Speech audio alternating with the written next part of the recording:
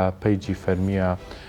زۆر بە شەفافانە مەسەڵەن داتا و ئامارە خرێتە ڕوو ئەمانە کاریگەریان دروست کردووە لە ڕووی ئەمنیەوە لە ڕووی سکیورتیەوە ئەبێ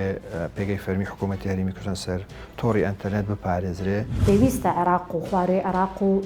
هەموو ڕۆژهەڵاتی ناوەڕاست ئاگاداری ئەم کارانە. لە ڕۆژی جیهانی شێرپەنجە لە مانجی دەمانجی بەرەنگاربوونەوەی شێرپەنجە هەموو تەلەڤیزیۆنەکان باسی شێرپەنجە و پاشان لەبیر دەکرێت. لە ڕێگەی ئەو پێگەی فەرمیەوە کە بەناوی gov.kr هەموو کار و چالاکیەکانی حکوومەتی هەرێمی کوردستان هەمووی لەناو ئەو پێگە فەرمیە.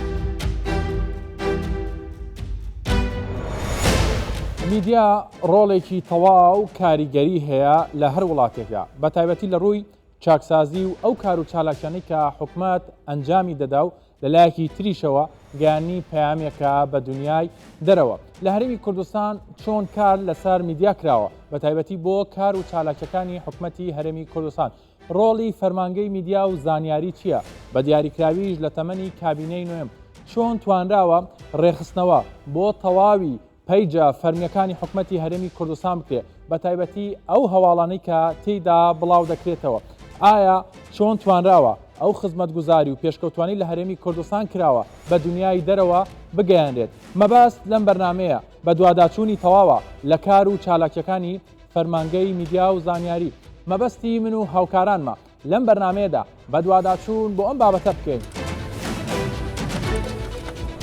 میدیا لە تەواوی دنیادا دەتوانێت ڕۆڵی خۆی ببینێت بە تایبەتی لە پێشکەوتنە زانستیەکانی وڵات و چارەسەری داهێنەرانە و کاریگەری ئەرێنی لەسەر پرسە ناوخۆیی و جیهانیەکان دروست کات. بەڵام لەم سەردەمی تەکنەلۆژیادا پێویستە زیاتر ئاگاداری هەواڵ و بڵاوکراوەی چاواشەکارە و ساختە ببین. هەر بۆیە لە ڕێگای فەرمانگەی میدیا و زانیاری حکوومەتی هەرێمی کوردستانەوە ڕاستی و دروستی دەخرێتە ڕوو. ئەم فەرمانگەیە لە تەمەنی کابینەی نوێمدا چۆن کارەکانی ئەنجام داوە.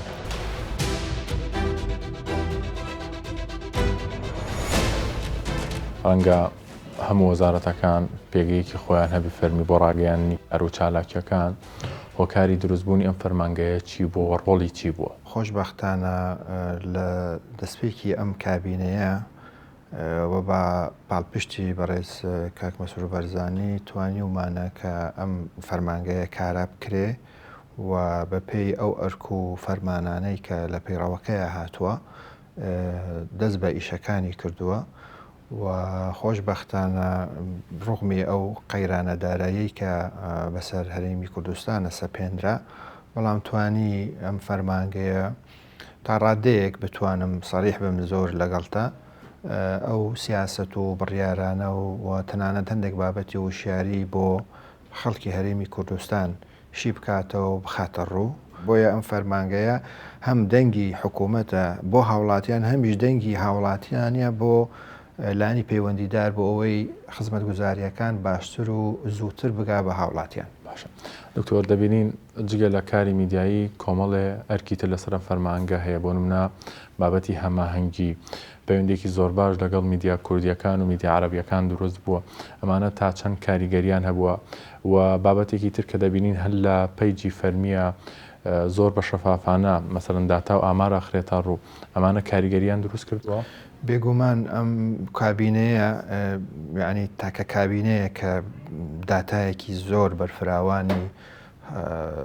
خستۆتە ڕوو بە تایبەت بۆ ڕۆژنامەنووسان بۆ کەناڵەکانی ڕاگەیاندن. پەیوەندیەکانمان لەسەر دوو ئاستی ناوخۆی هەرێمی کوردستانە کە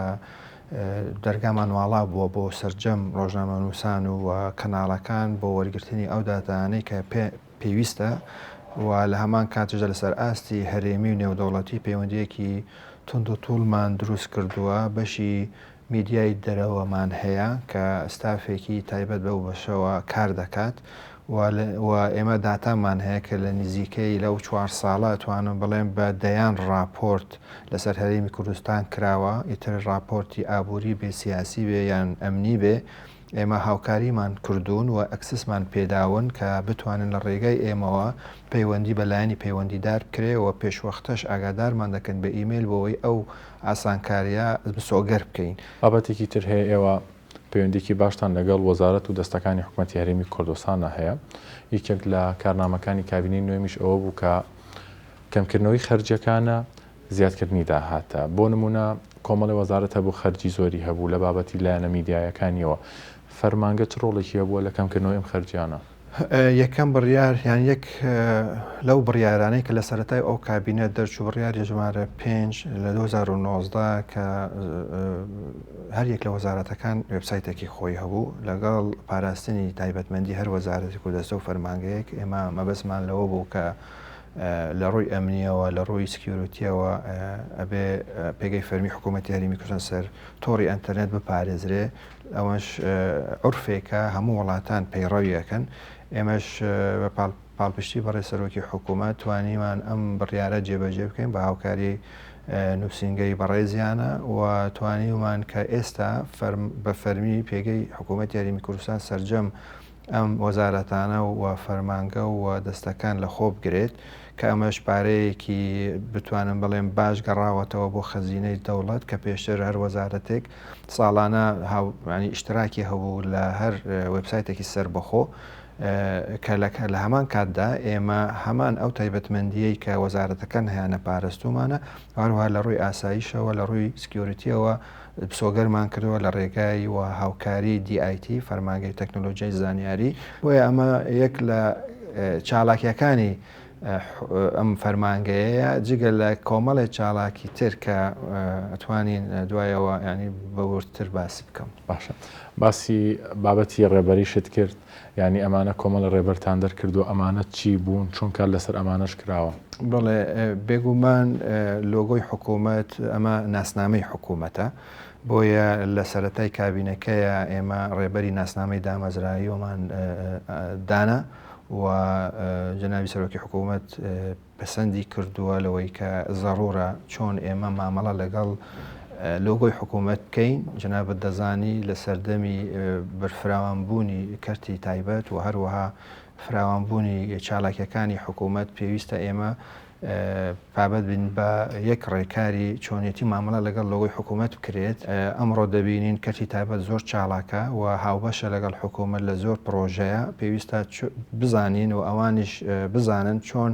ئەولەویەت بدرێتە لۆگۆی حکوومەت و هەوڵشمان داوە و بە سوپاسە وەزارەتەکان تا بتوانن لۆگۆی حکوومەت بەکاربێنن لە چالاکیەکانیان جگەل لە ئەوەی بۆ یەکەمین جارە ئەو کابینەیە سەرجەم بڕیارەکانی ئەنجومەنی وەزیران سەر وێبسایت دانراوە بۆ هاوڵاتیان بۆ ڕۆژنامەنووسان بۆ ئەوی سوود لەم داتانش وەرگرن. یەکێک لە کار و چالاکیەکانی فەرمانگەی میدیا و زانیاری هەماهەنگی و دروستکردنە لە نێوان وەزارەتەکانی حکوومەتی هەرێمی کوردستان و تەواوی دەستگا ناوخۆیەکانی هەرێمی کوردستان و پارێزگاکانی عێراق بە مەبەستی گەیاندنی هەواڵ و زانیاری ڕاست و دروستی وەزارەتەکان بۆ هاوڵاتیانی هەرێمی کوردستان. بەشێکی دیکەی کاری فەرمانگە هەماهەنگیە لەگەڵ وەزارەتەکانی حکوومەتی هەرێمی کوردستان کار و چالاکیەکانی ئێوە چۆن ئەم هەماهەنگیە دروست دەکەن چۆن کار لەسەر کار و چالاکیەکانی وەزارەتەکانەکەن سەرەتا ئێمە ڕۆژانە خۆمان کۆبوونەوەمان هەیە کە لە کۆبوونەوە کە دەردەچین کۆمەڵێک باڵێن بیرۆکەمان هەیە کۆمەڵێک کارمان هەیە دەمانەوە بە درێژی باسی بکەین یەکەم جا لە ڕێی تەلەفۆنەوە پەیوەندی بە وەزارەتەکانەوە دەکەین هەر وەزارەت و با بڵێن کارمەندێک لە میدیا و زانیاری لەوانی وەزارەتێک جوان سیانی لابێت ڕۆژانە پەیوەندیان لەگەڵ بکە بەڵام پێشی ئەمانە هەمووی ئێمە تیمێکمان دروست کردووە لە میدیا و زانیاری کە هەماهەنگی لەگەڵ ئەم وەزارەتانە بکە ئەم تیمە لە 6 کەس پێک هاتووە هەر کارمەندێک 2 3 4 وەزارەت لایەتی ئیتر ئەم کارمەندە ڕۆژانە پەیوەندیان لەگەڵ دەکا گروپێک دروست دەکا سەرەتا لە نووسنگەی وەزیرە بەڕێزەکانەوە دواتر ئەچینەوە لای بەڕێوەبەری ڕاگەیاندنەکان بەڕێوەبەری گشتی بەڕێوەبەرایەتیەکان ئەوانیش لەلایەن خوانەوە ئەو کەسانەی کە پێویست بێت لە گروپەکە بێ داخلی دەکەن لەگەڵمان چونکە ئەمە لە کارنامەی ساڵی 2024 نوێی بەرنامەی با بڵێن کارنامە و کار و چالاکیەکانی فەرمانگەی میدیا و زانیاریە یەکێک لەو خاڵە گرنگانەی کە پێویستە کاری لەسەر بکەین ئەمە لەلایەکی ترۆ خۆیان لە سیستەم هەواڵەکان دەنێرن با بڵێن ڕۆژانە بێ هەفتانە بێ 2 ڕۆژتە ڕۆژدارێک بێت بەڵام لەگەڵەوەش ئێمە کە بە دوواداچوون پیاچوونەوەی هەواڵەکان دەکەین زۆر هەواڵ هەیە پێویستی بە درێژە پێدان هەیە ڕوونکردنەوەی زیاتر وەکو حکومەت وەکو کار و چالاکیەکانی حکومەت وەکو ئەو کارانەی کە حکومەت ئیشی لەسەرەکە بۆ هەموو هەرێمی کوردستان و با بڵێن جاری وا هەیە کارەکە حکومەت بۆز بۆ هەرێمی کوردستان نییە بەڵکو گشتی عراق دەگرێتەوە ئێمە وەکو میدیا و زانیاری هەر لە سەرتاوە لە گەڕاگەاندنی عەربی کۆنتاتێکی باشمان هەیە باڵێن ئیتیساڵی باش لە نێوانمان هەیە سەرەتا لەو مؤسسانەوە دەستمان پێ کرد کە لە هەولێر نووسینگەیان هەیە خۆیان مؤسسەی عراقین تەنها عراقی ناباڵێن شەرقی ئەوساتیش چونکە لە عێراق تاکو خەلیج تەواوەکەن هەمووی نووسینگەیان هەیە ئەو کەناڵانە یەکەم جار لە هەولێرەوە دەستمان پێ کرد دوای ئەوەی کە لەگەڵیان دانیشتین و کۆمەڵێک ئیتفاقیە ڕوویدا لە نێوانمان خۆشیان زۆربیان حەزیان لە هەماهەنگی بوو بەڕاستی بەڵام ڕەنگە پێش کابینەی نوێیەم دەرفەتی ویان بۆ نەڕەخسابێ بە باشی لەگەڵ حکومەت کار بکەن بەڵام لە کابینەی نوێیەم لە ڕێگەی میدیا و زانیاری توانیوەتیانە باشتر لەگەڵ حکومەت کار بکەن هەر کارێک کە بزانین بە کەڵکی حکومەتی هەرێمی کوردستان دێ و باسی کار و چالاکی و پرۆژەکانی کابینەی نوێیەم دەکەن چونکە خۆتەزانی کابینەی نوێیەم کاری زۆری کردووە زۆر جیاوازتر لە کابینەکانی تر ئێمە بە شێوەیەک بە بەرچاوڕوونیەکی زیاتر کارەکانی کابینەی نوێیەم دەبینین ئیتر هەوڵ و ماندووبوون پێم وابی خەڵکی ئاسایش هەستی پێکردووە چونکە زۆر ڕەنگی داوەتەوە پێویستە عێراق و خواروی عێراق و هەموو ڕۆژهەڵاتی ناوەڕاست ئاگاداری ئەم کارانە بن ئەم کار و چالاکیانەی ئێوە ئەم هەماهەنگی و پەیوەندیانە چ کاریگەریەکێ بووە بۆ هەرێمی کوردستان هەرێمی کوردستانی بردۆ تا قۆناغێکینەوە دیمەنەکانی هەرێمی کوردستان جوانتر بوون ئەوەی کە خۆت وتت بە وڵاتانی خەلیج وڵاتانی عەرەبی عێراق بێگومان چونکە هەر کارێک کە زیاتر لە زمانێکی بۆ کرا تەنها زمانی کوردی نەبوو ئەکیت ئێمە جگە لە عەرەبی زمانی ئینگلیزیشمان هەیە جگە لەوەی ئێمە لە کۆمەڵێک ڤیدیۆ بڵاو دەکەینەوە لە میدیا و زانیاری ڤیدیۆی هۆشیاریە ڤیدیۆی ناساندنی کار و چالاکی و پرۆژەکانی کابینەی نوێیەمە پێشووتر بە کوردی هەمان بوو تا ئێستا بەڵام ئێستا لە مانگیەکەوە بڕیاردراوە ڤیدیۆکان بە زمانی عەرەبیش بکرێ ئەجا هەم بدەودەش بێ یا ئەوە تا هەر بە تایپڵی عەرەبی بنووسین مهم ئەوەیە پەیامەکەی ئێمە وەکو عەرەبی بگات هاوکات لە تەمەنی کابینەی نوێمدا تەواوی پەیجە فەرمیەکانی دامودەزگاکانی حکومەتی هەرێمی کوردستان ڕێخستنەوەی تەواوەتیان بۆ کراوە و هاوڵاتیان بۆ هەر هەواڵێک دەتوانن پشت بەو پێگا فەرمیانە ببەستن و جگەلەوەش کارێکی دیکەی فەرمانگەی میدیا و زانیاری هەماهەنگی تەواوە لەگەڵ وەزارەتەکانی حکومەت و کارکردنی پێکەوەیی لەگەڵ سەرجەم دامودەزگاکاندا هەر لەم بەرنامەیەدا لیژنەیەکی وەزارەتی تەندروستی دەبینین کە سەردانی فەرمانگەی میدیا و زانیاریان کردووە بە مەبەستی ئەنجامدانی کاری هاوباش پێکەوە. ئێمە ئەمڕۆ لە فەرمانگەی میدیا و زانیاری ئێوەمان بینی وەکو تیمێکی وەزارەتی تەندروستی سەردانتان کرد و ئامانجی ئەم سەردانی و هەمانگە چیە لەگەڵ فەرمانگایە؟ ئامانجمان لێی دوو داواکاریمان هەبوو یەکەمیان بۆ ئەوەی ئەرلی دیتێکشن واتە دەستنیشانی پێشوەختە هانی خەڵک بدرێتەوە چۆن بتوانێت خۆی دەستنیشان بکە کە لە سەرەتای توشبوونی شێرپەنجە یان بەر لەوەی ببێتە شێرپەنجە خۆی ئاگاداری خۆی بی. ئێمە زۆر سوپاسی دەستگاکان دەکەی ڕاستە بایەخیانداوە بە شێرپەنجە بەڵام حەز دەکەین کارەکە بۆ چەند جارێک نەبێ مەسەڵەن لە ساڵێک جارێک دوو جار لە ڕۆژی جیهانی شێرپەنجە لە مانجی دەمانجی بەرەنگاربوونەوەی شێرپەنجە هەموو تەلەڤیزیۆنەکە باسی شێرپەنجە و پاشان لەبیر دەکرێت ئەوە یەکە نقطەی دووەمیان دەمانەوێت لە ڕێگای دەستگای میدیا و زانیاری داوا لە خەڵک بکرێت کەەوە هەستی بەخشینی هەبی بۆ سندوقی کۆمە بۆ توشبوانی شێرپەنجە ئەم سندوقار بۆ خزمەتگوزاریە بۆ خەڵکی هەرێمی بەڵێ لەو هەرێمی کوردستانە بەڵام ئەو خزمەتگوزاریانەیە کە لێرە هەیە خەڵکانی تر بە تایبەتی ئەو ساڵانەی کە دوای شەڕی داعش ئەو هجوومەی بۆ سەر کوردستان کرا لە شارەکانی خواروی عێراق و لە ناوەڕاست کە هاتن زۆربەی نەخۆشەکانمە تا ئێستا خەڵکەکە نەگەڕاوەتەوە شوێنی خوا هەر لێرە ماون یعنی زۆری نەخۆشەکانمان لە شارەکانی ترە کە دێن لێرە چارەسەر وەردەگرن جا ئەو چارەسەرە بەڕاستی لە دەرمان و ئەو شتانە ئەو تەقسیرەی هەبی سندوق دای دەپۆشێت چکە دەرمانەکان ئەوەی کە هەیە مقارنە بکەین لەگە شارەکانی تری عێراق بەشی کوردستان زۆر کەمە. هاوکارەکانی حکومەت چۆنە لەم دۆخی ئێستاە حکومەتی هەرێمی کوردستان؟ هەتا ئێستا بە نسبەت چارەسەرکردن زۆر باشە لە چارەسەرکردنی درێغیمان نییە بەڵام لە دەستنیشانی کردنی پێشوەختە لەبەرەوەی ئامێری زلمان دەوێت بۆ ئەوشتانە ئەگەر بتوانین کە حملەیەکی باش بکەین بەڕاستی لە ئامێر زۆر وەزعمان باش نییە بۆیە پێویستمان بەبەخشینە وڵاتەکانی تریش نەخۆشخانەی مەلک حوسێن کە لە ئوردن هەیە ئەو نەخۆشخانەیە هەر بە پارەی بەخشین دروست کراوە ینی ئەو وڵاتانە خۆوەکومە لە قەیرانی ژین سعودیا نەخۆشەکانی شێرپەنجەی بەخشینی خەڵکە کە بەڕێوەی دەبات جا هیوادارین خەڵک هەم یارمەتی دەربن بۆ توشبووان هەمیش یارمەتی دەرم دەستی حکومەت بگرن تاوەکو بتوانین کە ئێمە لە قەیرانین ڕزگاربوونی ئەو خەڵکە یارمەتیدانیان بۆ حکومەت یارمەتیدانیان بۆ خەڵک و توشبووانە. یەخستنی پێگەی فەرمی و کۆکردنەوەیان لە یەک پێگەی باوەڕ پێکراو هەنگاوێکی سەرکەوتووی بەرەو پێچوونی کارەکانی وەزارەتەکانە لە هەرێمی کوردستان لەبەر ئەوەی لەگەڵ دەست بەکاربوونی کابینەی نوێمی حکوومەتی هەرێمی کوردستان جەخت لەسەر یەخستنی پێگەکانی هەموو وەزارەتەکان کراوەتەوە بۆ ئەوەی هاوڵاتیان بەلاڕێدا نەبرێن و هەواڵی ناڕاست بەدەم وەزارەت و پێگەکانی حکوومەتەوە بڵاو نەکرێتەوە. فەرمانگە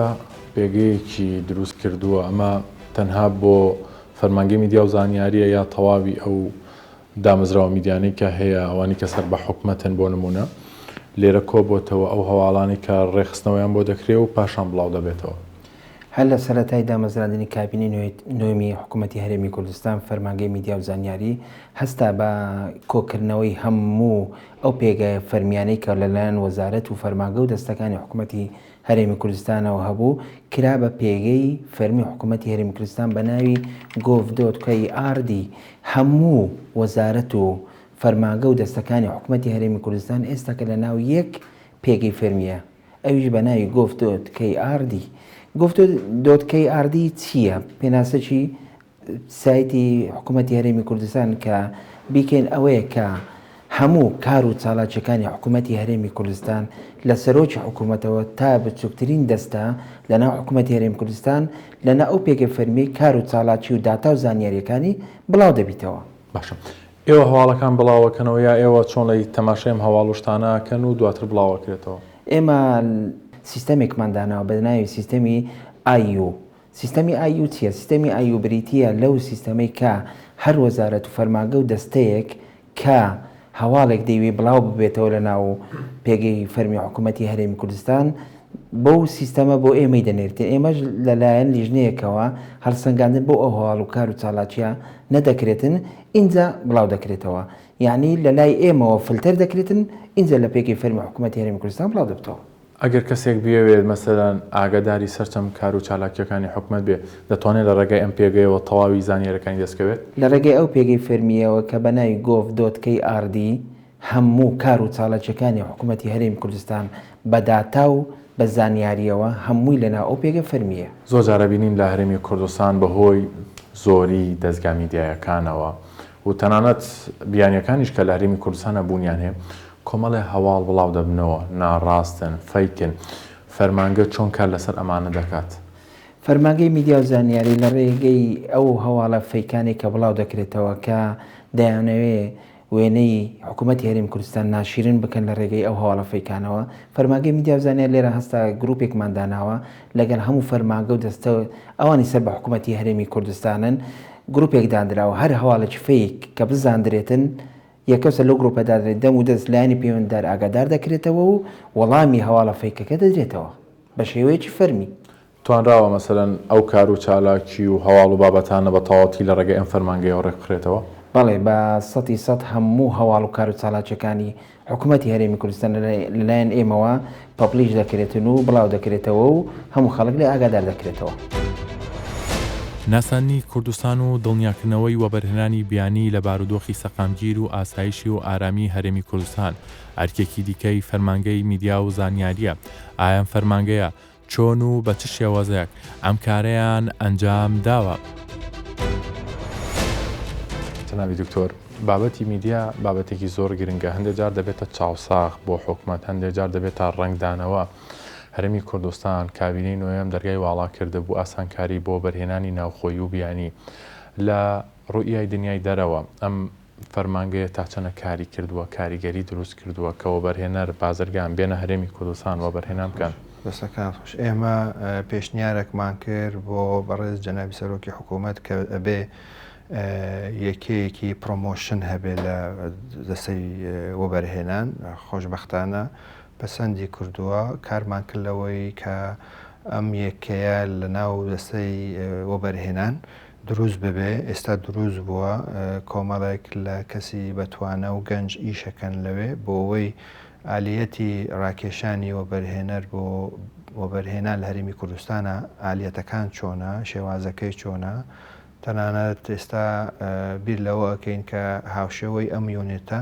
بۆ هەندێک سێکتەری تر دروست بکەین وەکو سێکتەری کشت و کاڵە سێکتەری پیشەزازیە بۆیە ئێستا ئەم یەکەیە ئەتوانن جەنابیشتان سەردانی بکەن توانیویەتی ڕۆڵ ببێنێت لە ڕاکێشانی سەرمایهداری بیانی و هەروەها کاری کردووە لە ناساندنی دەستەی وەبەرهێنان و ناساندنی هەرێمی کوردستان وەکو شوێنێک بۆ وەبەرهێنان شوێنێکی گونجاو بۆ وەبەرهێنان و بەر لە ساڵێک وێبسایتی ئینڤست کوردستان ڕامانگەیاند کە ئەمەش هاوکاری وەبەرهێنارەکات بۆ سەردانی هەرێمی کوردستان و بەژاری لە ئەو پرۆژانەی کە حکوومەت ڕاگەینێ لە هەمان کاتشدا ئارامی هەرێم بەکار بهێنین ئیسیفادەی لێ بکەین بۆ زیادکردنی سەردانکەرانی بیانی بۆ هەرێمی کوردستان. دکتۆر بابەتێکی تر هەبوو کە لە تەمەنی کابینەی نوێمە هەستی پێکرا ئەم فەرمانگایە وەکو زمان حاڵێک بۆ نمونە ئەگەر حکومەت بڕیاریدایە ڕۆژێ بکاتە پشوو بەهۆی بار هۆکارێ بوو بێ ئەگەر لەم فەرمانگەیە و دەرنەچوایە ینی شتەکە باوەڕ پێ نەکراوە مەسەن لە شوێنایی تر بڵاو بکرێ ئەمە بوو بە زمان حاڵ ئەمەش کاریگەری خۆی هەبوو؟ بەڵێ ئێمە پێشتر کە مەسەن پشوایەکان هەبوون تر بڕیاری پەرلەمان بێ یان بڕیاری ئەنجومەنی وەزیران بێ لە پێش 2 ڕۆژ ئیعلانەکرا ئێستا ئێمە لە فەرمانگە ڕۆژژمێری حکوومەتی هەرێمی کوردستانمان دروست کرد لەو کابینەیە ینی پێشوەختە هەموو بۆن و پشوەکانمان ئیعلان کردووە لەم ڕۆژژمێرە ڕاستە هەندێکی کە پەیوەستە بە هینی کۆچی ساڵی کۆچی ئەمەش دەمێنێتەوە لەسەر ڕۆژێک پێش باشتر بەڵام ئێمە ڕێکمان خستۆتەوە و بزەبەتوەکو بەڕێزت ئاماژەتدا کە ئێمە سەرچاوی هینین ینی تاکین بۆ پشوەکان و بۆنەکانی حکوومەت و هەرێمی کوردستانە بێکەوە لەم کابینێدا زۆر داتا و ئامار بڵاو کراوەتەوە لە ڕێگەی فەرمانگە و بە تایبەتی ئێوە بەرپرسیارەتی هەڵەگرن و ئەم شتانە هەمووی وەکو خۆی نەقڵ کراوە ینی چۆنڵی گەورە نەکراوە حملەی علامی نەبووە یا ئەمە ئەمرێکی واقع ئەو لە هەرێمی کوردستان کابینی نوێم جێبەجێ کردووە 100% ئەو داتانەی کە بڵاو کراوەتەوە یان ئەو هەواڵانەی کە بڵاو کراوەتەوە وەکو خۆیەتی هیچ زیاد و کەم نەکراوە چونکە ئەمە فەرمانی جەنابیانە ڕاستپاردەی جەنابیانە ئێمە ناتوانین لە دەرەوەی ئەو فەرمانە ڕەفتار بکەین بۆیە ئێوەی بەڕێز و بینەرانی کەناڵە بەڕێزەکەتان و هەموو خەڵکی کوردستان دڵنیا دەکەین لەوەی کە ئەو پرۆژانەی و ئەو داتانەی کە ئێمە بڵاوی دەکەینەوە لە ڕێگای دووشتەوە کۆیەکەینەوە یەکەم ئێمە خۆمان لەگەڵ خودی وەزارەتەکە کۆنتاکتێکی بەرداوامان هەیە لەگەڵیانە و هەروە لەگەڵ ئەو کەرتە تایبەتە کە پرۆژەکە جێبەجێ ئەکات جا بۆیە دڵنیاتان دەکەم کە ئەو داتانەوە ئەو پرۆژە لە سەبارەت بە پرۆژانە کە بڵاوەکرێنەوە 100% تەواوە ئەتوانن ینی ئەمەش ینی دڵنیا ببنەوە چێک بکەنەوە ئێمە هەر بەردەوام بەو شێوە کارمان کردەوە بۆی ڕاستیەکان بە خەڵکی خۆمان بڵێ. کاریگەریە ئەرێنەکانی ئەنجام و کار و چالەکەکانی فەرمانگەی میدیا و زانیاری بە ئەشکرا دەرکەوتون بە تایبەتی لە دڵنیابوونەوەی وەرگرتنی هەواڵ و زانیاری وەزارەتەکان بە شێوەی ڕاست و دروست و لە کەسی یەکەم و سەرچاوەی باوەڕ پێکراوە لە هەمان کاتیشدا نیشانی دنیای دەرەوە دەدەن کە هەرێمی کوردستان ناوچەیەکی ئارام و سەقامگیرە بە تایبەتی بۆ بەرهێنرانی بیانی کە بتوانن سەرمای قورس لە هەرێمی کوردستان بەگەڕ بخەن لە گشت سێکتەرەکاندا.